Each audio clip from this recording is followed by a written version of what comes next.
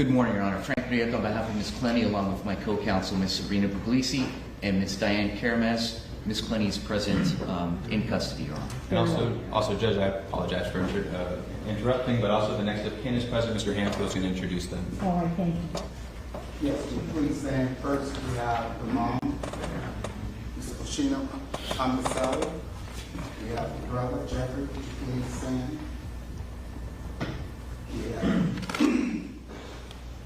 Karen. And we have other family members, Auntie. We have Clara. And we have Sandra. Thank you all so much for being here today. Thank you. And Judge, just for the record, she's printing on page 2 of Your Honor's calendar. Yes, sir. Thank you. Mr. Abenoff, I understand the state will be filing an amended information at this time. Yes, Judge, and in anticipation of this plea, the state has filed a amended information charging the defendant with 1 count of manslaughter with a deadly weapon. It is a first-degree felony, punishable up to 30 years in state prison. That changes her guideline score from what it was to now 124.5 months in state prison, up to 30 years in state prison. All right. Mr. Prieto? Yeah, Judge, we've entered plea of not guilty, demand discovery, and request trial by jury at this time. That being said, I understand the parties have reached a resolution in this case where Ms. Clenny will be pleading guilty. Is that correct? That is correct, Your Honor. All right. That is correct, Judge. I am passing up the written plea agreement that is signed by not only the state, the defendant, but also all of her attorneys. A major part of this, Judge, is that she's pleading guilty to this amended information, to the charge that was announced just now. There's a factual proffer that's a part of this plea agreement. We're going to ask Your Honor to read it.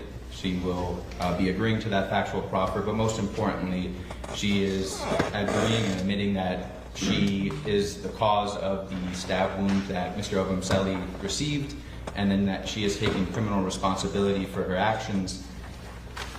As part of this plea agreement, the state is willing to accept her plea. We've discussed this at length with the next of kin and certainly with Mr. Hanfield. And certainly when there's any agreement, no one is happy at the end of this, and we understand that. But the agreement that the state is willing to accept is that the defendant would be adjudicated guilty. She'll be sentenced to 6 years in state prison, followed by 5 years of reporting probation. As part of her probation, she must complete a mental health evaluation and treatment.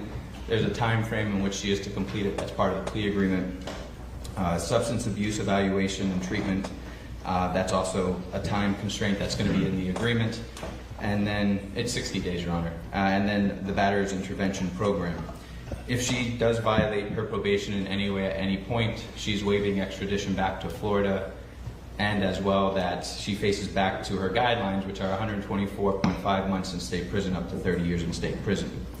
Although not specifically in this plea agreement, the state attorney has asked me to discuss the topic specifically that it discusses, and it's important that nobody who is a convicted murderer to killing someone, if someone is convicted of murder, they are not to financially benefit as a result of that. That's Florida Statute 944.512.